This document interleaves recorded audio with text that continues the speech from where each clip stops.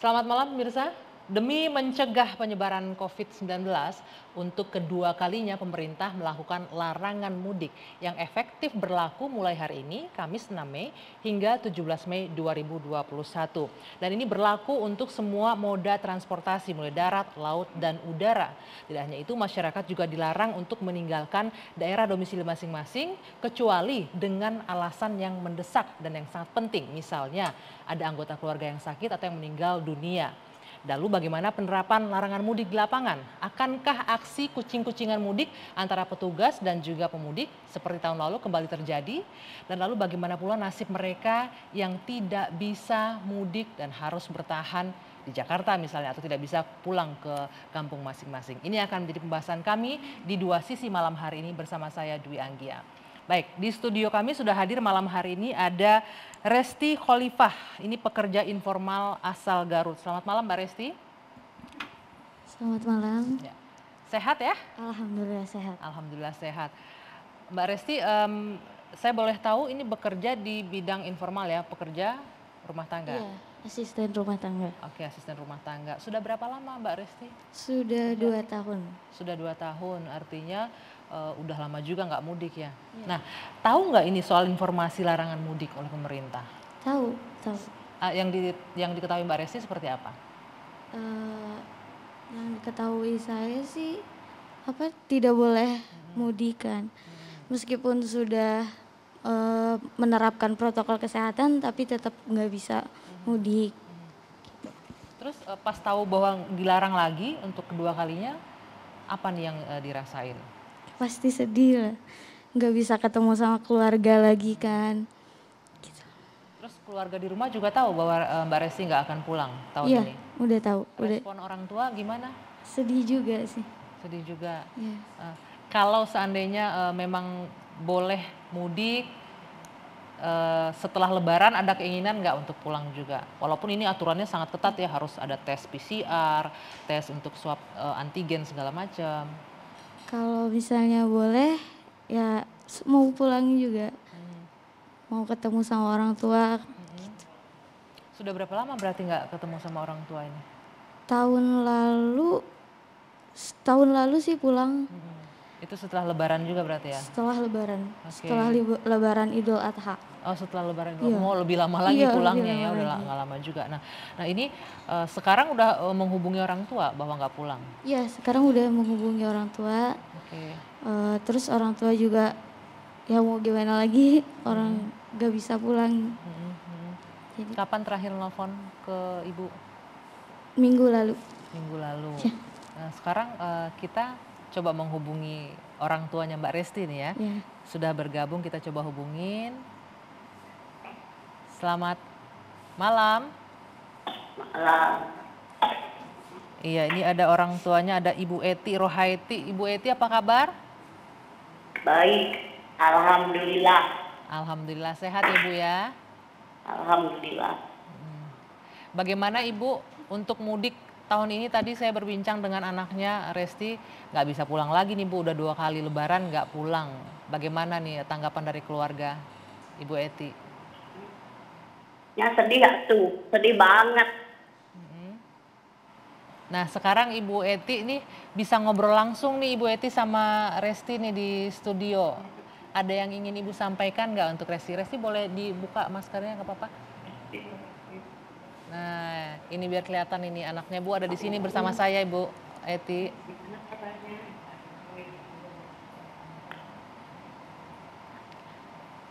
Ada yang ingin disampaikan Ibu Eti ke Resti? Resti gimana kabarnya? Resti bagaimana kabarnya Resti? Alhamdulillah Mama baik. Mama gimana kabarnya? Alhamdulillah sehat. Sehat ya. Nah Ibu, ini anaknya nggak bisa pulang nih Bu. Terus ada pesan yang ingin disampaikan nggak buat Resti untuk Lebaran tahun ini? Semoga sehat ya di sana. Semoga sehat. Amin ya Allah. Dari Resti ada yang ingin disampaikan nggak buat orang tuanya? Untuk mamanya? Mama, maaf ya, tahun ini Resti nggak bisa pulang lagi. nggak apa-apa. Nggak apa-apa, yang penting mah Resti sehat. Selain ibu, ayah masih ada? Ada apa yang disampaikan untuk ayah yang mungkin juga nonton di rumah ini buat papahnya? Bapak, maafin Resti. Resti nggak bisa pulang. Semoga Bapak sama Mama sehat. Bisa ketemu lagi. Amin.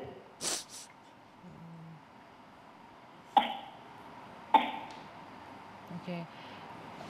Resti ini berapa orang bersaudara? 6 orang bersaudara. 6 orang bersaudara.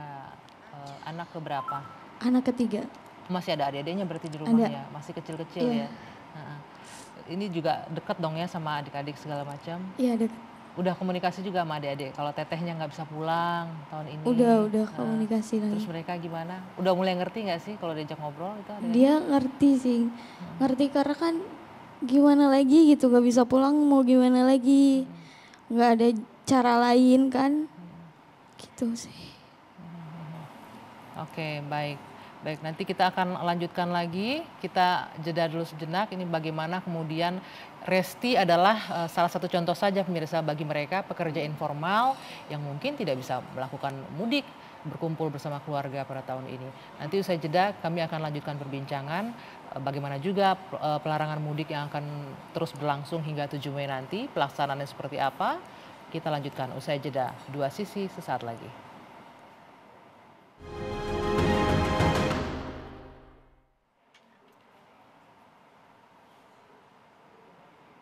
Ya, Anda kembali lagi bersama saya Dwi Anggia di Dua Sisi dan kita lanjutkan kembali perbincangan tadi dengan Resti dan juga ibundanya, Ibu Eti Rohaiti.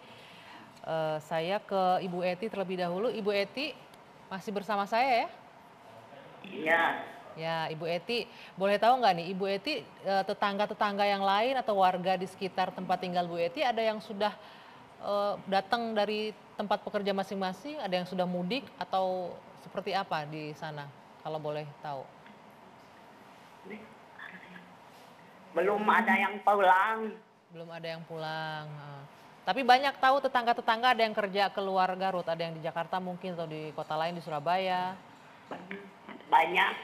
Banyak ya. Tapi belum ada yang pulang semuanya ya. Belum, takut. Takut kenapa Bu katanya Bu? Kan takut corona. Takut corona. Iya. Resti kalau tadi dibilang kalau punya kesempatan mau tetap mudik. Kan tadi kata Ibu takut banyaknya corona. Kamu sendiri takut nggak ini? Kalau mau pulang takut terkena, mic-nya boleh dipakai? Takut juga sih. Takut juga. Iya. Tapi tetap Tapi kan ingin pulang. iya, Oke. Nah, nanti habis Lebaran tetap mau pulang? gak tahu sih. Nggak tahu, masih ragu Iya, ya. masih ragu. Nah, ini kan udah tahun kedua. Boleh nggak saya nanya nih, kalau seandainya ada pemerintah yang mendengarkan, apa nih yang Resti ingin sampaikan? Ada harapan nggak? Ini kan sudah 2 kali Lebaran nggak pulang, sudah tahun kedua Lebaran di tempat bekerja nggak pulang. Ada nggak yang ingin disampaikan? Apa ya? Kalau sekarang kan emang dilarang ya. Iya. Ada nggak keinginan, ya udah nggak usah dilarang, izinkan kami pulang misalnya atau seperti apa? Ya, izinkan kami pulang. Karena kan tahun nggak ada perubahannya gitu. Tetap aja kayak gini. Tahun kemarin nggak boleh pulang. Tahun sekarang lebih diperketat lagi. Harusnya kan lebih lebih dilonggarin lagi lah peraturannya gitu. Tapi kalau dilonggarin ada ketakutan nanti bisa tertular gitu. Ada nggak seperti itu? Iya. Kalau seandainya disuruh, oke silakan mudik tapi harus protokol kesehatannya tetap dipakai ya, Iya, maskernya, jaga jarak, itu Iya bisa? gitu. Bisa? Bisa. Mau pulang kalau begitu? Mau. Oke, nah baik. Karena Resti sudah ada harapan seperti itu, kita akan juga undang narasumber lain yang akan bergabung malam hari ini. Saya akan undang terlebih dahulu ada politisi PKS, ada Bang Mardhani Alisera yang sudah bergabung malam hari ini. Silakan Bang Mardhani, selamat malam, Assalamualaikum. Waalaikumsalam warahmatullahi wabarakatuh. Iya, kemudian ada Bung Ngabalin Ali Mukhtar, ini tenaga ahli utama KSP RI. Selamat malam Bang Ngabalin, silakan. Assalamualaikum warahmatullahi wabarakatuh. Waalaikumsalam. Ada Prof Musni Umar, silakan Prof. Ini sosiolog. Sehat ya, Assalamualaikum Bapak-Bapak. Alhamdulillah. Masih sehat semua, Alhamdulillah. Masih semangat terus semuanya ya. di hari-hari terakhir menjelang Lebaran. Bapak-bapak, ini saya boleh tanya ya, tadi sempat mendengarkan ya perbincangan saya dengan Resti dan juga dengan orang tua Resti di kampung di Garut? Mendengar semua ya, oke. Nah saya mau ke Bang Mardhani terlebih dahulu nih. Ini kan kalau kita lihat salah satu contoh kasus ya, kondisi di mana Resti pekerja informal tidak bisa pulang kampung. Mungkin nggak hanya Resti, ada banyak Resti-Resti lainnya pekerja informal yang tidak bisa pulang. Beruntung ini masih bisa bekerja karena asisten rumah tangga.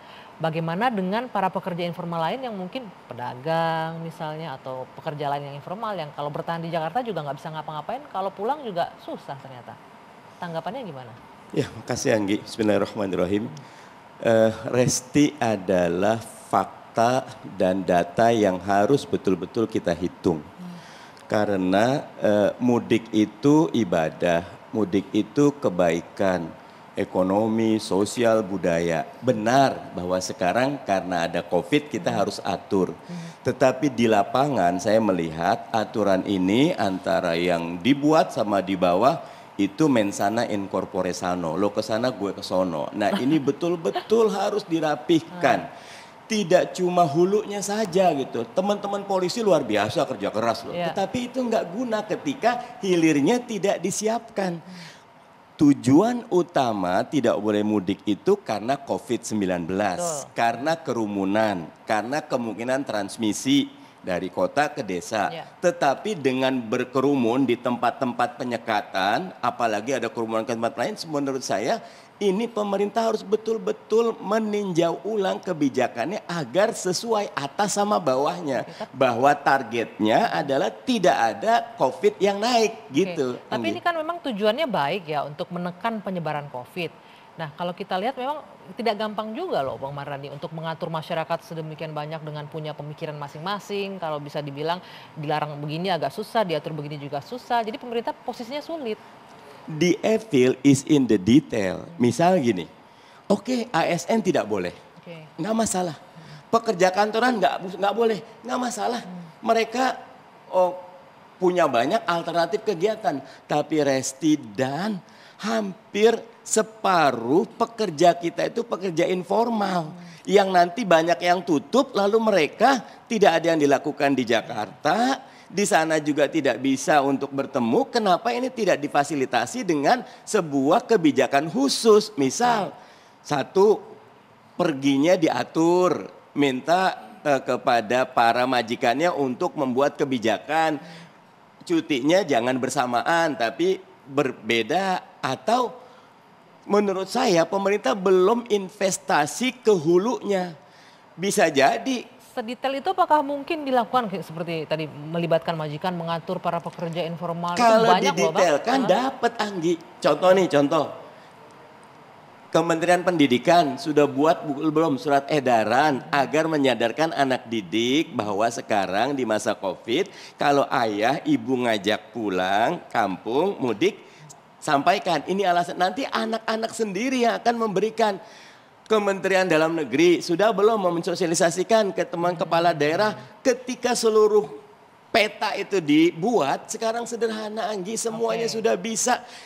Untuk sholat di dalam Masjidil Haram saja itu ada aplikasinya, ada syarat upload vaksinnya dan berjalan dengan baik ketika aturannya detail dan disiplin. Gitu. Bang Abalin, ini suara dari pemerintah, aturannya itu harus detail dan disiplin. Ini katanya aturan ke sana, apa tadi istilahnya Bang Mardhani, mensana in corpore sano, satu ke sana, satu ke sono gitu katanya. Gimana tuh Bang Abalin? Oke. Bismillahirrahmanirrahim. Assalamualaikum warahmatullahi wabarakatuh. Ustadz Mardhani, Ustadz Husni Umar, Mbak Dwi Agia dan Adinda Resti yang baik hati. Pertama memang begini, dalam situasi seperti hari ini sebetulnya beberapa waktu yang lalu juga saya telah memberikan jawaban ini kepada TV One ketika orang bertanya tentang berubah-ubahnya regulasi dan kepastian terhadap regulasi. Memang dalam situasi seperti begini tidak ada satu orang yang bisa memiliki kemampuan memastikan terhadap regulasi dengan pandemi. Karena itulah maka pemerintah memang melakukan ini tidak ada lain dan tidak ada bukan kecuali adalah menyikapi perkembangan yang harus dilakukan terkait dengan berubahnya baik dari sisi regulasi itu sendiri maupun berubahnya situasi seperti yang kemarin kita tahu ada adendumnya itu. Ini penting untuk harus disampaikan karena sama sekali kita tidak bisa memprediksi sampai kapan atau seberapa jauh besaran pergerakan virus. Makanya kalimat yang selalu dipakai itu adalah dalam rangka memutus mata rantai. Ya, betul. Sekilas mungkin apa yang disampaikan oleh Ustadz Mardani Alisera kita bisa memahami itu. Negeri yang begini besar, kemudian alam yang sangat terbuka dengan setiap orang memiliki kewenangan dan kebebasan dalam menyampaikan pendapat dan pikiran. Nah, poin inilah yang saya kira tidak ada satu kalimat yang paling tepat kecuali membangun kesadaran bersama terhadap masalah yang sedang kita hadapi adalah musibah pandemi yang begini luar biasa. Tapi Bang Ali, ini kan sudah tahun kedua ya, apakah kita tidak bisa belajar dari peristiwa mudik tahun lalu yang juga dilarang, tapi faktanya banyak juga yang maksa pulang lewat jalur tikus. Justru karena itulah maka pemerintah menemukan data dari hasil survei yang dilakukan, 93% kasus baru yang ditemukan oleh pemerintah pada tahun kemarin. Oleh karena itulah maka pengalaman itu menjadi penting sehingga kenapa harus dilakukan satu regulasi yang begini tegas untuk tidak mengizinkan orang mudik atau pulang. Karena klaster-klaster baru itu dia selalu muncul tidak saja pada waktu orang pulang ke kampung, tapi dia sebentar kembali juga akan menemukan klaster yang baru. Upaya-upaya ini kan adalah upaya yang saya harus bilang dan menyampaikan kepada publik bahwa inilah langkah-langkah dan upaya pemerintah sebagai amanah untuk memberikan perlindungan kepada masyarakat pada masa pandemi ini. Saya mau ke Prof. Musni sedikit. Prof, ini bentuk langkah pemerintah untuk memberikan perlindungan kepada masyarakat. Tapi di sisi lain masyarakatnya bukan nggak mau dilindungi ya, tapi ada loh ini namanya budaya untuk mudik. Susah tapi ternyata pada faktanya untuk mengatur arus masyarakat atau warga untuk pulang kampung mudik di saat lebaran ini. Ya, terima kasih. Assalamualaikum warahmatullahi wabarakatuh. Waalaikumsalam. Saya kira memang tidak mudah yang kita hadapi ini ya. Jadi di satu sisi juga pemerintah ingin melindungi rakyatnya, tetapi rakyat itu seperti yang ditampilkan tadi ini, dia menangis, dia rindu kampung, ingin silaturahim dengan orang tuanya, ingin bersama dengan keluarga, dan itu banyak sekali manfaat yang diterima pada saat orang mudik. Kita hari ini, kemarin kita membaca, ternyata kita ini masih minus dari pertumbuhan ekonomi kita. Kalau bisa kita atur pada saat mudik ini, orang bisa mudik, tetapi betul-betul protokol kesehatan ini kita bisa pastikan bisa dijalankan, maka pasti ekonomi kita akan tumbuh. Karena ternyata mudik ini menghadirkan ekonomi yang sangat masif di masyarakat. Coba, ketika orang mau pulang kampung, kalau dia naik kendaraan, itu dia sudah periksa ke ini, ke bengkel. Jadi itu uang sudah dapat di situ. Kemudian mobil itu dia beli bensin, kemudian jalan dan sebagainya. Belum lagi di situ bos-bos itu, sopirnya dapat uang di situ, keneknya dapat uang, busnya itu dia bisa bayar kredit. Perputaran uang terjadi ketika mudik berlangsung. Perputaran uang itu terjadi luar biasa dengan mudik ini. Nah, sayang sekali kita tidak bisa memanfaatkan momentum ini. Pemerintah kita apresiasi, dia bilang kita harus pertumbuhan ekonomi tinggi apa semua. Tapi momentum yang begitu bagus ini tidak bisa kita manfaatkan. Kan yang penting itu rakyat kita bisa pastikan dia menggunakan protokol kesehatan itu. Dan di sinilah pentingnya kolaborasi semua pihak. Jadi pemerintah daerah, pemerintah pusat, masyarakat, tokoh agama dan semua yang mudik itu kolaborasi hingga betul-betul kita pastikan. Jadi ini barangkali menurut saya satu sisi kita ingin supaya masyarakat aman, Tetapi kita tidak bisa memberi peluang agar ekonomi ini bisa tumbuh seperti Kalau kita bisa harapkan. dibilang ini buah si malakama pemerintah betul, dilarang buah si salah, malakama. nggak dilarang juga salah. Oke, nanti kita akan lanjutkan. Tapi sebelumnya saya mengucapkan terima kasih untuk Resti sudah berkenan hadir untuk berbagi ceritanya bersama kami dan juga untuk Ibu Eti Rohaiti. Insya Allah bisa bertemu lagi dengan anandanya mungkin setelah Lebaran nanti Ibu ya. Salam untuk keluarga di sana Ibu ya. Sehat-sehat selalu Iya. Ibu. Terima kasih, selamat malam. Resti terima kasih. Dua sisi akan kami lanjutkan pemirsa usai jeda saat lagi, tetaplah bersama kami. Ya, tadi kita lihat bersama Bapak-Bapak bagaimana walaupun sudah dilarang seperti apapun ada saja cara dan upaya yang dilakukan oleh masyarakat untuk bisa pulang kampung halaman. Nah ini kalau kita lihat gambaran seperti ini gimana dong Bang Mardhani, walaupun pemerintah sudah bikin aturan tadi dikatakan harusnya detail, tapi kita tahu masyarakat kita mungkin agak susah juga untuk dipisahkan dari budaya mudik ini. Iya Anggi, makanya pandangan saya dua ya. Satu, pemerintah mesti bukan cuma dihilir. Kalau menyekat tadi itu dihilir. Nah itu akan terjadi penumpukan. Justru tadi beredar video ya bagaimana masyarakat di tol ngantri keluar semua malah kerumunan. Nah sehingga bukan di hilirnya tapi di hulunya. Kesadaran itu kan dari awal. Nah ketika di awal pemerintah sempat boleh sebelum tanggal 6 ada yang menyatakan diralat. Akhirnya berlakulah ketidakjelasan.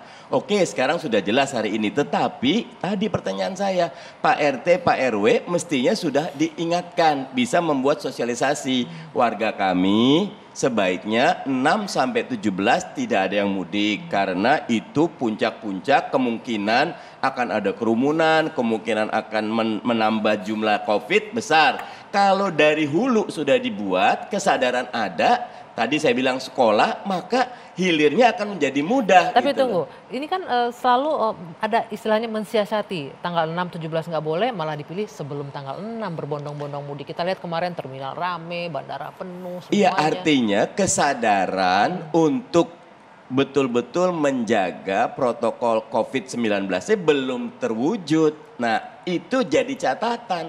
Padahal dananya demikian besar, anggarannya besar, timnya besar, segala macam. Mestinya total football gitu. Karena kita sudah dapat contoh nih bagaimana India meroket sedemikian. Kita jangan sampai seperti itu, tapi juga mereka yang mudik itu tidak berdosa dan bukan kriminal. Makanya kesadaran, di bab kesadaran ini pemerintah yang punya peluang besar dengan mengajak serta mengorkestrasi secara benar seluruh elemen dan seluruh pihak. Tanggung jawab pemerintah Bang Balin untuk membangkitkan kesadaran masyarakat. Selama ini sosialisasinya gimana? Dianggap masih kurang nih ternyata.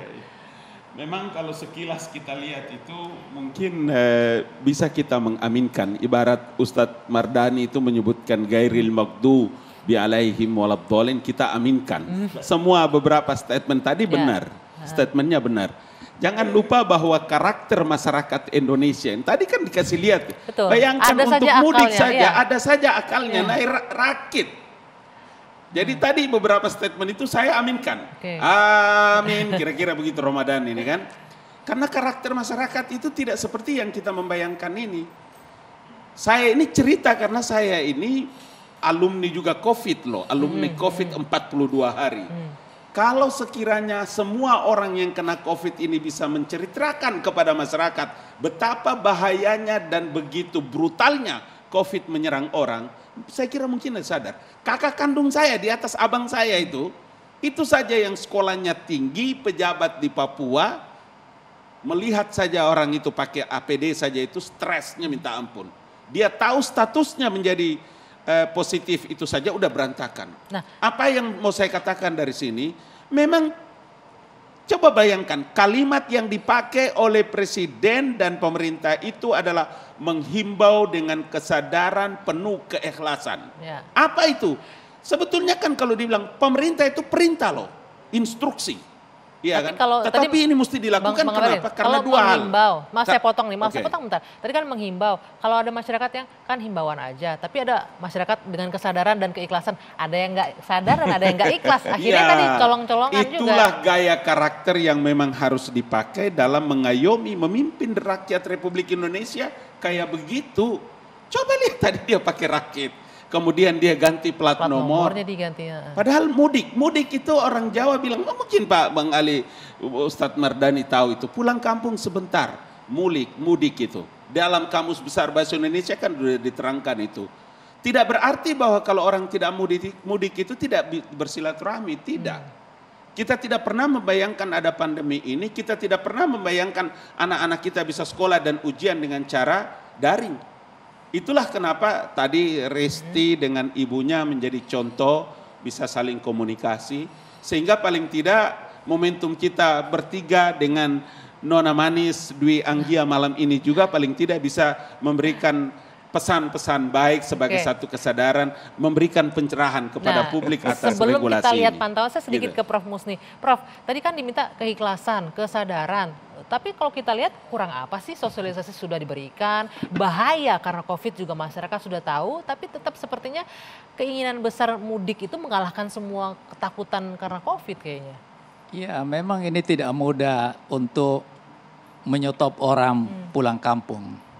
Karena seperti yang saya katakan tadi, ini sudah budaya yang berakar berpuluh-puluh tahun, dan ini juga dibalut dengan keyakinan agama untuk silaturahim, untuk ziarah ke kubur, untuk macam-macam yang ingin dilakukan. Jadi ketika pemerintah memutuskan dilarang pulang, rakyat itu sudah ada di dalam pikiran mereka, hati mereka, benak mereka, bahwa apapun juga harus pulang.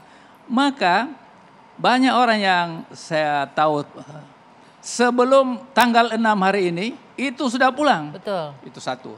Kedua, mereka bisa lolos pulang itu jam 3 subuh. Mereka tinggalkan rumahnya, sewa kendaraan, pulang. Pada saat petugas tidur lelap. Jadi seperti tadi itu orang naik rakit apa semua. Inilah cara masyarakat. Jadi saya termasuk yang mendukung pemerintah menyetop pulang kampung karena keyakinan bahwa itu berbahaya. Tetapi ketika saya lihat budaya masyarakat kita ini, saya tidak percaya itu bisa menyetop orang pulang kampung. Maka disinilah pentingnya pertanyaannya sebenarnya. Efektif atau tidak gitu ya nanti ya. Disinilah Baik, pentingnya baik. itu. Tahan dulu, tahan dulu Prof, kita bahas nanti. Kita akan lihat ke lapangan dulu. Karena tadi pagi ini sempat viral video bagaimana terjadi penumpukan di Cikarang. Bagaimana suasana malam hari ini, saya akan langsung mengajak bergabung dengan reporter TV One, ada Anggi Eboni di Cikarang. Eboni, selamat malam. Apakah penumpukan masih terjadi di sana? Apakah banyak pemudik yang juga dipaksa untuk putar balik oleh petugas di tempat Anda mengabarkan? Silakan Eboni.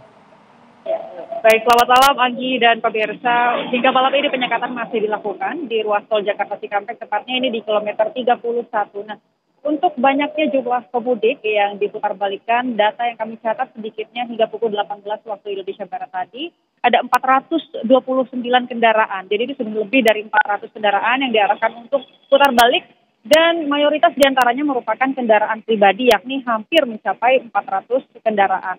Nah, jumlah tadi itu baru sampai pukul 18 waktu Indonesia Barat. Tentunya hingga malam ini masih terus bertambah, tapi data terbarunya masih dihimpun oleh pihak kepolisian. Nah, nantinya para pengendara yang kedapatan nekat mudik ataupun tidak memiliki surat izin keluar masuk ini akan diarahkan untuk putar balik keluar di gerbang tol Cikarang Barat 3. Nah, kondisinya di sini di sekitar titik penyekatan sekitar 3 km ke belakang cukup padat karena pihak kepolisian juga membagi jalur atau ruas tol Jakarta Cikampek ini ke dalam 3 jalur.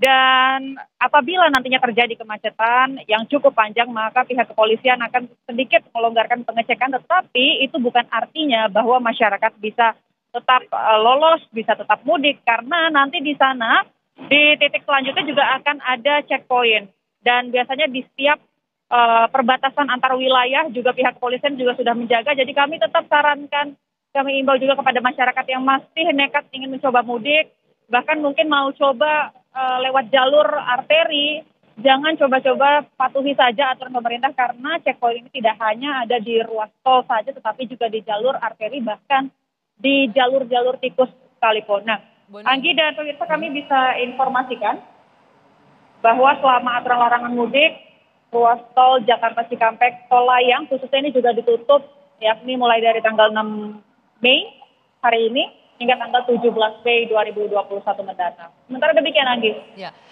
Boni, mungkin nanti bisa ditambahkan sedikit, apakah Anda sempat berbincang dengan mereka pemudik yang dipaksa putar balik? Apakah mereka tetap niat kembali ke rumah masing-masing atau memaksakan coba deh jalan-jalan lain, jalan tikus lain? Ada nggak tadi sempat berbincang? Iya, Anggi, tadi dari sejumlah pemudik yang kami sempat tanyakan ketika mereka diarahkan untuk putar balik, nampaknya mereka ketika diarahkan untuk putar balik akhirnya mengikuti keputusan ataupun aturan dari pihak kepolisian yang berjaga di sini. Tetapi memang tentunya ada rasa kecewaan dari mereka karena banyak juga yang beralasan sudah beberapa tahun tidak pulang kampung, tetapi mereka tetap mengikuti arahan untuk putar balik ke arah Jakarta, baik itu lewat ruas tol lagi ataupun juga bisa lewat jalur arteri. Baik, Anggi Eboni, terima kasih laporannya langsung dari Cikarang, Jawa Barat. Tetap menjalankan protokol kesehatan ya, jaga jarak dan pakai masker terus. Terima kasih, selamat bertugas teman-teman kembali. Nanti dua sisi akan kami lanjutkan, pemirsa, usai jeda saat lagi. Tetaplah bersama kami.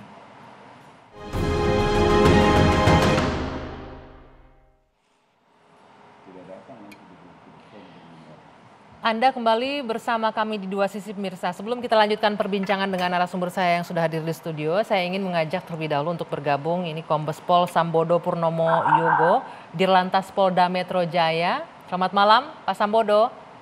Ya, selamat malam, Mbak.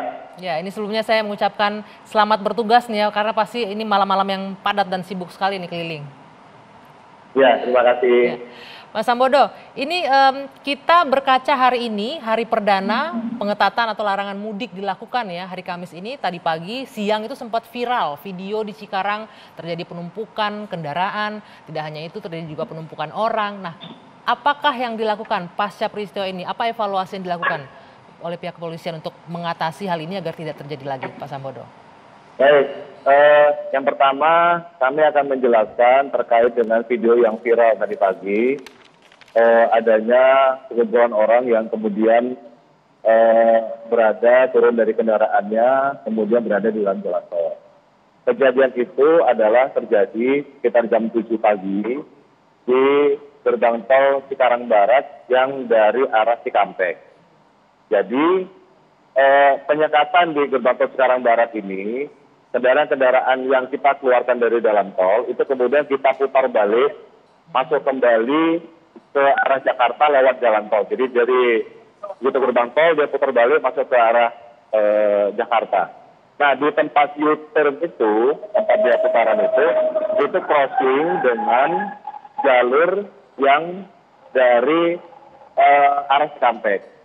Nah, agar perputaran itu menjadi lancar dan tidak terjadi kecelakaan, maka kemudian kami melakukan penutupan gerbang tol gerbang tol Cikarang Barat yang dari arah Cikampek. Nah, pagi-pagi ada beberapa bus angkutan karyawan yang kemudian tetap ingin menuju ke Cikarang Barat. Akhirnya kemudian mereka berhenti dan ingin masuk ke arah gerbang tol tersebut dari arah Cikampek.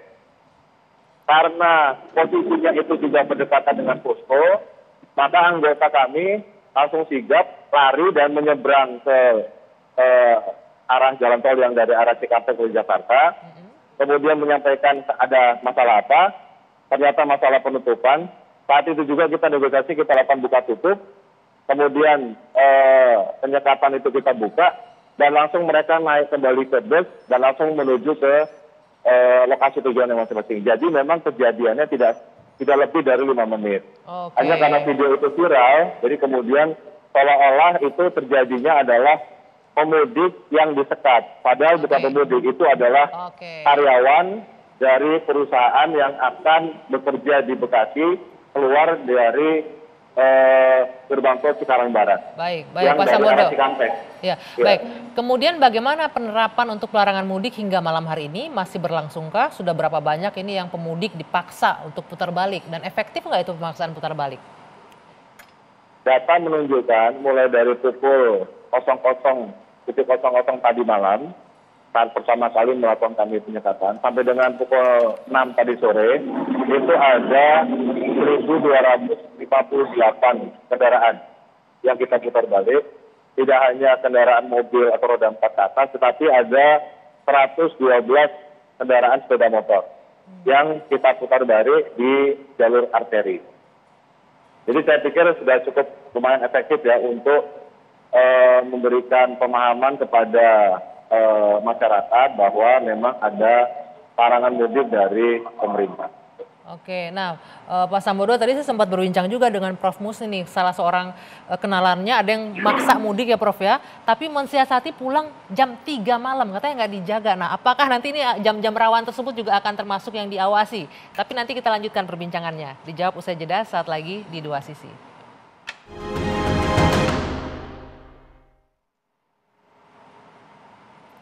Ya, masih di Dua Sisi, kita akan langsung kembali bergabung dengan Pak Sambodo di Lantas Polda Metro Jaya. Pak Sambodo, ini seperti yang saya sampaikan tadi, Prof. Musni punya kenalan yang maksa pulang mudik itu pada jam 3 pagi. Nah ini kan juga harus jam-jam yang rawan katanya itu yang harus diantisipasi. Apakah aparat juga akan tetap melakukan checkpoint atau penjagaan di jam-jam tersebut? Ya, intinya kami melaksanakan penyekatan selama 24 jam. Anggota sudah kita atur untuk bergantian melakukan pemeriksaan terhadap kendaraan-kendaraan melintas di titik-titik penyekatan. Saya tahu jam 3 kemarin, karena saya berada di titik Cikarang Barat ini jam 3 kemarin. Jadi pada saat kami pemeriksaan itu ternyata menimbulkan dampak adanya kepadatan yang cukup panjang di sebelum penyekatan. Kurang lebih sekitar 3-4 km pada malam hari itu jam 3. Karena memang volume lalu lintasnya luar biasa, terutama kendaraan-kendaraan angkutan berat. Nah, supaya tidak menimbulkan kemacetan yang terlalu panjang, maka kemudian malam itu memang saya putuskan untuk sementara pemeriksaan kita hentikan. Supaya ekornya tidak terlalu panjang, bisa ketarik dulu. Nanti kalau ekornya sudah tinggal 1 km, baru kemudian kita adakan pemeriksaan lagi. Nah, kemungkinan yang bersangkutan itu beliaunya itu melintas pada saat kita sedang menghentikan pemeriksaan untuk sementara, sehingga terkesan seolah-olah polisi lengah. Padahal tidak. Polisi ada di situ, di pinggir jalan.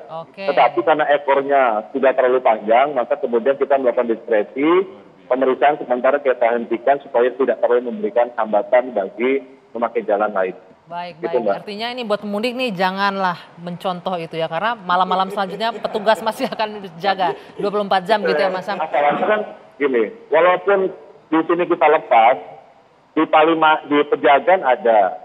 Kemudian ketika mereka masuk ke kota masing-masing juga ada penyekatan.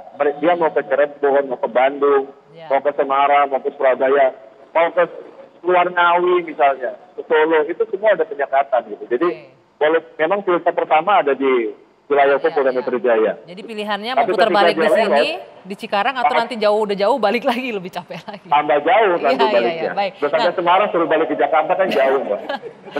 Mendingan mutarnya di Cikarang aja udah dekat. Gitu ya, pelajaran nih buat pemudik makanya. Nah ini nih Bang Mardhani, kalau kita lihat pemerintah sudah lakukan semaksimal mungkin. Terus polisi tadi kita dengar, Pak Sambodo dengan timnya malah mengevaluasi karena serba salah nih dilakukan penyekatan, terjadi antrian panjang, nggak disekat juga susah mengontrolnya. Jadi lagi-lagi Anggi itu dihilir. Nanti kerja keras Mas Sambodo dan teman-teman, bahkan merugikan masyarakat karena nanti tadi muternya kejar. Hulunya harus diselesaikan, sosialisasinya, bukan cuma 6 sampai 17 tetapi rakyat, Pak Jokowi bisa bicara, jangan mudik dulu, saya tidak mudik. Nanti kalau tidak mudik dapat buat apa di sini? Sudah dilakukan kan itu? Belum optimal karena masih banyak yang mudik, misal kepada pekerja informal. Kan misal gini nih, data, big data bisa dipakai Anggi. Yang mudik ini siapa? Saya sih yakin kalau kelas menengah ke atas mereka sudah berpikir. Tapi teman-teman yang kerja informal, yang memang mereka ngapain tinggal di Jakarta, memang tidak ada. Nah ini kelompok ini harus kita pikirkan.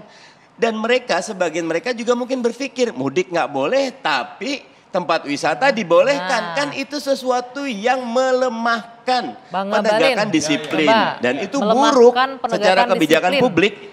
Dari 2 minggu lalu di TV One ini juga saya menjadi narasumber, sudah saya sampaikan bahwa jangan keliru bahwa tempat-tempat wisata, ini sebentar saya cerita pengalaman di true story. Sore tadi ini saya ini. Jangan lama-lama ya, pendek aja. Jadi kalau tempat wisata itu pasti protokol kesehatannya diatur dan memang sangat ketat.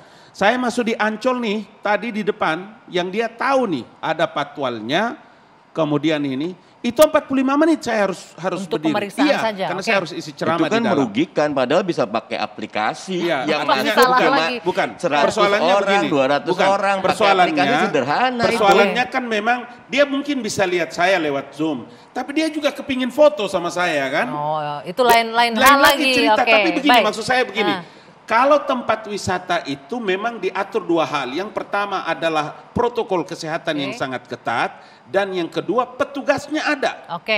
Contoh ini Ancol tadi gitu. Titik sampai di sana. Ini ada yang terbaru lagi nih yang juga sempat menghebohkan di masyarakat. Kita lihat bersama ya, ini di layar. Ada larangan atau syarat yang dilakukan untuk masyarakat yang akan bergerak dari Pondok Aren ke Ciledug harus pakai SIKM, surat izin keluar masuk. Berapa kilo itu? Ini 4 kilo kurang lebih. Saya boleh ke Pak Sambodo terlebih dahulu. Pak Sam, ini masih masuk wilayah kerja Anda ya di Lantas Polda Metro Jaya antara Tangerang, Pondok Aren ke Ciledug. Seperti apa nih aturannya nih? Harus pakai SIKM? Tentu aturan itu tidak mengenal jarak, Mbak. Tapi adalah apakah dia melintasi perbatasan atau tidak. Jadi, Pondok Aren itu ada di Tangerang Selatan. Kemudian Ciledug itu ada di Jakarta Selatan. Nah, untuk keluar masuk Jakarta memang ada peraturan gubernur yang mengharapkan adanya SIKM, khususnya di masa peniadaan mudik ini. Nah, sehingga ada kemungkinan ketika dia mau masuk wilayah perbatasan Jakarta Selatan, kemudian di situ ada titik checkpoint, kemudian menanyakan masalah SIKM tersebut.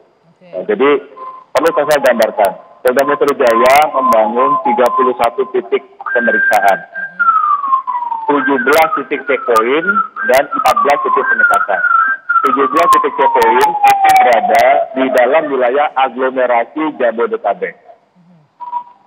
Sedangkan 14 titik penyekatan itu adalah pintu keluar masuk wilayah Jabodetabek. Sehingga memang SOP-nya pemeriksaannya berbeda.